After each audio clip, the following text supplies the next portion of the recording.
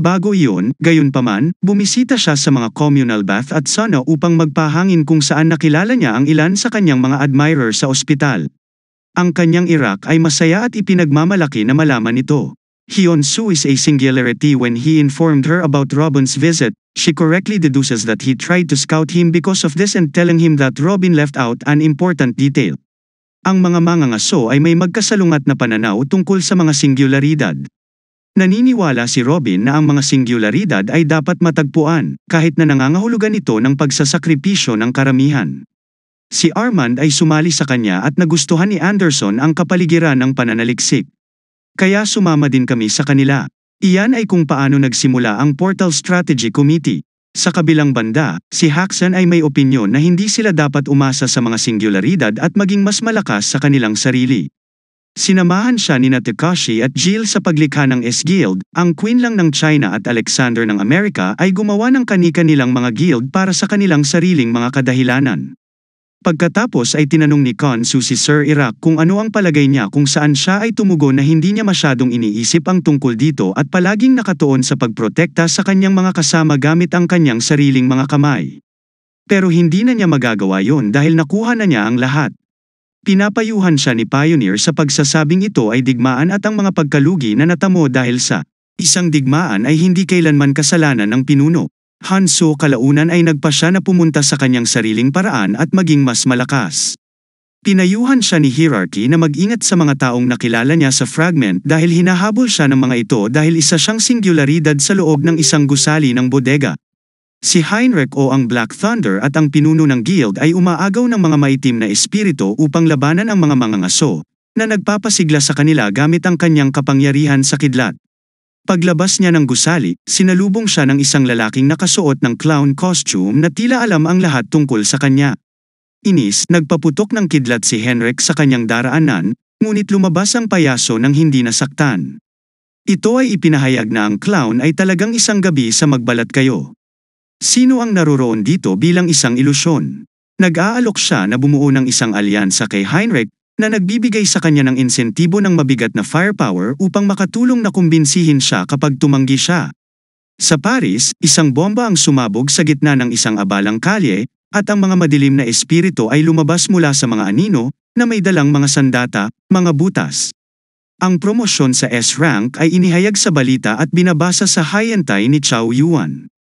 Inaasahan niyang magiging mas abala si Yansu mula ngayon. Ngunit nagpapakita siya sa sandaling iyon, nagpapasalamat na tinupad niya ang kanyang pangako na aalagaan ang kanyang kapatid na si Jonas. Natutuwa akong makita siya at ibinalita sa kanya na ginalaw niya ang kanyang mga daliri kanina, na nagpapahiwatig na ang pumutol na makalangit na wika ay medyo effective. Pinapante ni Hansu si Chae-yong sa isang errand at muling ginawa ang teknik. Inilagay niya ang lahat ng kanyang pagsisikap at nagulat nang makitang mas malakas ang selyo kaysa sa huling pagkakataon. Ipinaalam sa kanya ni Giyong na maaaring maghirap ang katawan ng kanyang kapatid kung patuloy itong mag-pressure, kaya umatras siya. Biglang bumukas ang mga mata ni Hunter, kumikinang na galit, at umangat siya sa hangin, galit na natalo siya kay Sue. Sinimulan ni Isaac ang pagsasanay ng labis na ikinatuwa ni Anderson. Si Armand, ang French No. 4 S-rank hunter at vice chair ng Portal Strategy Committee, ay nagpakita sa likod niya na nagrereklamo na hindi sinasagot ni Robin ang kanyang tawag.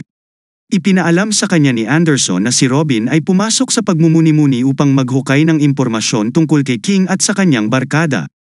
Pagkatapos ay hiniling ni Armand kay Anderson na buksan ang isang portal sa Paris. Ang pag-atake doon ay masyadong marami para sa Croissant Guild na kumuha ng pautang. Kaya gusto niyang pumunta at tumulong na protektahan ang kanyang tinubuang bayan. Nag-aalok si Ambassador na tumulong, ngunit tiniyak siya ni Armand. Tinatakot ng maitim na espiritu ang mga mamamayan ng Paris gamit ang mabibigat na pampasabog at baril. Dumating ang mga miyembro ng Croissy Guild sa oras at lumaban sa kanila gamit ang isang hadlang na humaharang sa mga panlabas na pag-atake habang pinapayagan silang umatake mula sa loob. Ang mga madilim na espiritu ay humaharap sa isang malaking rifle gamit ang 400 na umiikot na mga bala na nagpapabagsak sa mga mangangaso. Si Armand ay nagpakita upang tumulong sa sandaling iyon at pinaalis ang lalaking may hawak ng rifle sa isang digmaan. Nagpaputok ng bala ang maitim na espiritu kay Armand, na lahat ay hinaharangan niya gamit ang isang kalasag. Ginagamit niya ang kanyang kapangyarihan para pabagsakin ang mga terorista sa isang pag-atake bago tumulong na apulahin ang apoy na dulot ng pagsabog habang pinagmamasdan ang kanyang paligid mula sa himpapawid. Sinubukan ni Armand na alamin kung naalis niya ang lahat ng madilim na espiritu. Kapag may kidlat na pag-atake mula sa ibaba na nagpabagsak sa kanya, nagulat si Armand nang makita si Henrik, ngunit tiwala siyang matatalo niya siya habang naghahanda siyang umatake. Isang bomba ang sumabog malapit sa kanya na kahit papaano ay nakakaapekto sa kanyang kakayahang gamitin ang kanyang kapangyarihan. Sinamantala ni Heinrich at nagpaputok ng panibagong kidlat sa kanya, pinababa ang S-rank hunter. Ihahatid na niya ang nakamamatay na suntok nang dumating si Anderson sa pamamagitan ng isang portal at bumaba patungo sa kanya nang may pag-atake. Nagagawa ni Heinrich na umiwas. Pagkatapos ay naglabas siya ng isang pagsabog ng pulang kidlat, na naglalayong bigyan ng babala ang lahat ng mga mangangaso sa mundo. Samantala, isang boses na nagmumula sa Wantes prone form ang naghahatid ng iniisip ni Giyong na isang propesya tungkol sa isang tiyak na masamang pag-iral na wawasak sa mundo. Nagtataka sina Hugh at So kung sino ang hihiram ng katawan ng kanyang kapatid para sabihin yun sa kanya, at sinabi sa kanya ng kanyang Panginoon na ito ay marahil ang taong naglagay ng selyo sa kanya noong una. Pagkatapos ay sinabi ni Yang sa Hai at Zo kung paano siya pinatawag sa isang hindi kilalang kapangyarihan sa pamamagitan ng isang paraan na kahit sa kanya ay hindi alam. Hindi niya nakita ang tao ngunit ramdam niya ang kanyang kapangyarihan.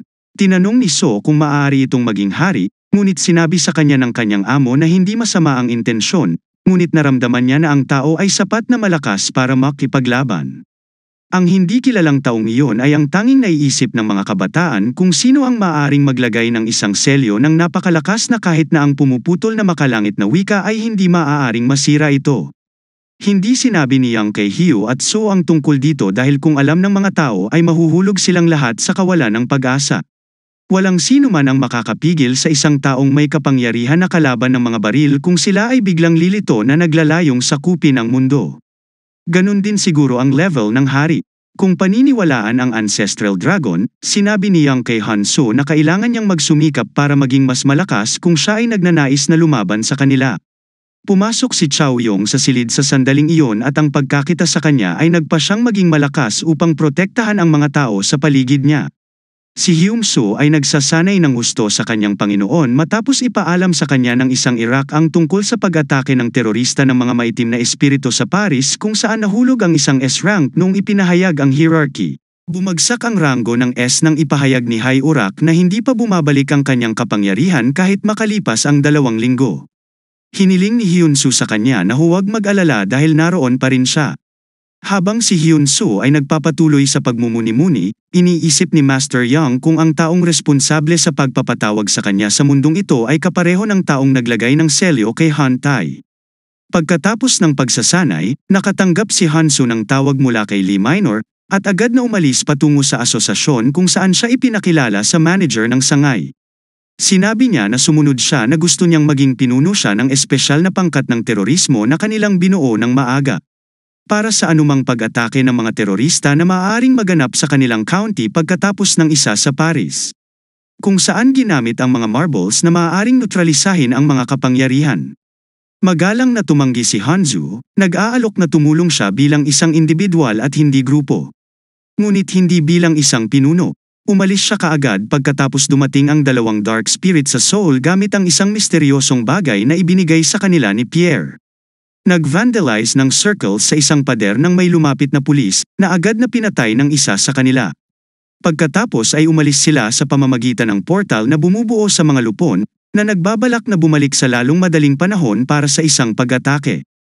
Nagtataka sina Aman at Anderson kung paano nakuha ng mga madilim na espiritu ang kanilang mga kamay sa isang item na neutralisahin ang mga kakayahan. Dahil wala silang access sa mga portal na kasing liit ng 10 segundo ng paggamit ng mga item ay sapat na upang pumatay ng isa pang mangangaso. Bagamat nakakabagabag na balita, naniniwala si Armand na kaya niyang harapin ito sa susunod. Ngayong alam na niya, pagkatapos ay sinabi sa kanya ni Anderson na mayroon siyang ideya kung ano ang maaaring maging susunod na target ng mga madilim na espiritu. Kamakailan ay nakita ng Seoul, South Korea ang pagsilang ng isa pang S-rank na si Hunter Park Hanzo, pagkatapos niyang i-clear ang portal fragment na lumabas sa lugar. Ang kanilang intensyon ay malamang na alisin ang mga hunter sa ranggo ng S upang malaman ng mga tao ang kanilang pag-iral. Iniimbestigahan ng pulisya ang isang pagpatay kung saan wala silang nakitang fingerprint o bakas ng salarin. Ipinapalagay nila na ang pumatay ay isang nagising na baliw. Nang si Lee Minor ay sumulpot sa likuran nila at kinumpirma ang katotohanan ito, siya at ang asosasyon ang kumuha sa kaso mula sa pulisya bago tumalon si Guyan mula sa isang gusali upang samahan siya. Nakipagpalitan siya ng mga obserbasyon sa iba pa nilang team na nakatalaga sa iba't ibang lugar. Natanggap niya ang lahat ng malinaw mula sa bawat isa bilang isa pang miyembro ng koponan. Dumating ang Monk Lim sa eksena, nagpahayag siya ng ilang mga pagdududa tungkol sa pagiging epektibo ng kanilang mga hakbang laban sa terorismo. At tiniyak sa kanya ni Lee Minor na mayroong kabuuang 5 squad kasama sila. At mayroon silang isang hindi kapanipaniwalang tao sa kanilang control tower. Pumasok si Hyun Soo sa sandaling yon, wastong hinuhusgahan na si Armand ang kanilang kinokontrol na tore. Na starstruck si Gawon sa presensya ng isang S-rank hunter at ipinapalagay na siya ang kanilang team leader. Ngunit nilinaw ni Hyun Soo na isa at solo lang siyang magtatrabaho. Samantala, makikita ni Monk Lim ang makapangyarihang presensya ni Seongyong sa tabi niya at siya ay humanga, sumasang-ayon sa katotohanan na ang isang taong may Diyos ay dapat magtrabaho ng paisa-isa. Upang ang iba ay hindi makagambala sa kanila. Sabay-sabay silang 4 na nakakatanggap ng mga mensahe sa kanilang mga relo mula kay Armand. Ikinonekta niya sila kay Robin, na nagpaalam sa kanila na ang kaso ng pagpatay na natanggap ni Lee Minor mula sa pulisya ay ginawa ng mga Dark Spirit. Habang sila ay nag-iinspeksyon sa lugar, malapit na silang maniningil sa selyo at hindi na siya makakatulong. Ngunit magagamit si Armand Anderson. Pumuputok ang mga pampasabog sa lungsod. Habang nagtatambangan ang mga maitim na espiritu, ang kanilang pinuno, si Henrik, ay naglabas ng ilaw upang lalo pang takutin ang mga mamamayan. Ang tagapamahala ng sangay ng asosasyon ay nagpapahayag ng kanyang pasasalamat kay Armand para sa kanyang tulong at tinitiyak sa kanya na ang lahat ng kanyang mga miyembro ng squad ay naroroon upang maging nasa pinakamataas na alerto. Sinabi sa kanya ni Anderson na hindi ito makakatulong dahil ang mga S-rank lang ang may sapat na reflexes upang makaiwas sa mga pag-atake mula sa neutralizing item. Kaya't ang mga A-rank ay pinapayuhan na obserbahan ang sitwasyon bago sila gumawa ng kanilang hakbang. Habang sila ay higit na nag-uusap tungkol kay Hyun Soo bilang ang tanging S-rank hunter sa Korea. Sila ay nalaman na ang mga madilim na espiritu ay tumama sa 2 lugar. Sa Samsoang Station at Don Gaman. Nagulat si Anderson nang malaman na binago nila ang kanilang diskarte at ngayon ay lumipat sa mga koponan. Ang mga madilim na espiritu ay nagdudulot ng kalituhan sa lungsod, binabaril ang anumang bagay at lahat, nasugatan at pinapatay ang mga tao sa kaliwa at kanan sa ibang bahagi ng lungsod.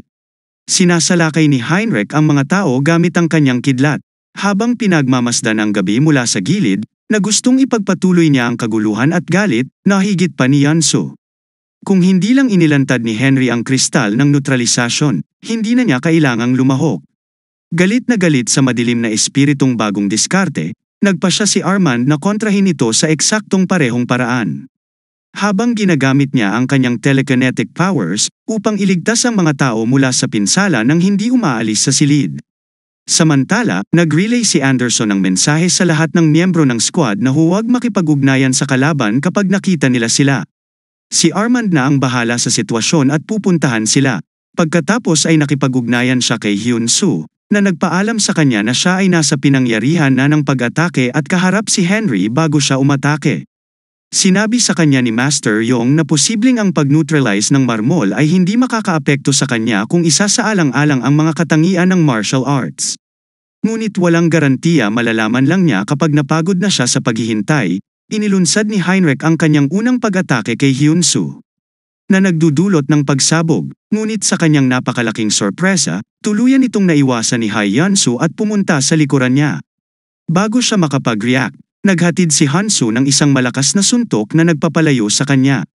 Gayunpaman, humanga siya nang bumangon si Henry sa lalong madaling panahon, nakabila sa utos ni Anderson na tumayo at panuurin ang lahat ng mga hunters ng A-rank.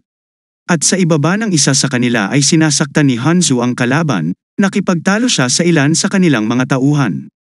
Hanggang sa gumamit ang isa sa kanila ng neutralizing marble na akala niya ay maiiwasan niya. Ang mga kakayahan ni Hongho ay agad na nawala sa loob ng kanyang kakayahan, siya ay pinabagsak ng ilang mga tama ng baril mula sa kalaban. Lumabas si Armand sa likod niya, kung saan ang mga madilim na espiritu ay naghanda ng ilang mga marmol. Ngunit bago pa man umatake ang isa sa kanila, naihatid na ni Armand ang nakapatay na suntok sa isang lugar sa malapit. Dumating si Lee Minor sa pinangyarihan ng terorismo at humarap sa mga espiritu. Sinundan siya ni Gawon sa pakikipaglaban sa kaaway sa kabila ng mga babala na tumalikod. Nag-freeze ang dalawa sa kanilang mga truck nang makakita sila ng neutralization na marmol malapit sa kanila. Ngunit naroon si Armand na nagpapalim sa kanila na kinokontrol niya ang marmol, gamit ang presyon na napakataas na maaari nitong gawing diamante ang karbon. Sa kalaunan ay itinapon ni Armand ang marmol at lahat ng naging dayog ng kanyang kamay, upang ilabas ang isang maitim na espiritu na naghahanda sa pag-atake sa kanya. Ipinagkatiwala ang paglilinis ng paligid kay Lee Minor at Guan at si Armand ay umalis na. Samantala, naghahanda si Hendrik na maghatid ng panibagong pag-atake ng kidlat kay Hyun Soo. Ngunit napakabagal niya para bilang hunter na may ranggong S. Lumapit sa kanya si Hansu at naghagis ng isang malakas na suntok, na sinundan ng isang knockout na sipa. Habang si Knight ay nabigo upang mahanap iyon. Ang neutralization marble ay hindi gumagana sa Hyun Soo. Ang kanyang subordinate ay nagsasabi sa kanya na oras na para sa kanya na magpakita ng kanyang sarili at magdala ng isang tiyak na sandata kasama niya. Sinusubukang bumangon muli ni Heinrich, ngunit itinulak din niya siya pabalik sa lupa pagdating ni Armand, na nagbabalak na harapin si Henry. Nagulat siya nang makitang madali na siyang naharap ni Hyun Soo.